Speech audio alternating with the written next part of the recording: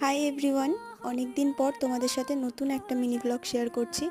আর ভিডিওটা স্টার্ট করলাম নেকির চাঁদ বদন দিয়ে। একটু ভিডিও করছিলাম বলে বিরক্ত হয়ে উঠে গিয়ে বসে পড়লো। মানে বুঝতে পারছো তো ব্যাপারটা। তারপর একটু বেলা হতে না হতে কাকিমণি নিয়ে এলো বেলের শরবত। গরমকালে বেলের শরবত হবে না তা হয় না। আর ঘরে লাচ্ছা ছিল, লাচ্ছা সিমই, সেটা করা হয়েছিল।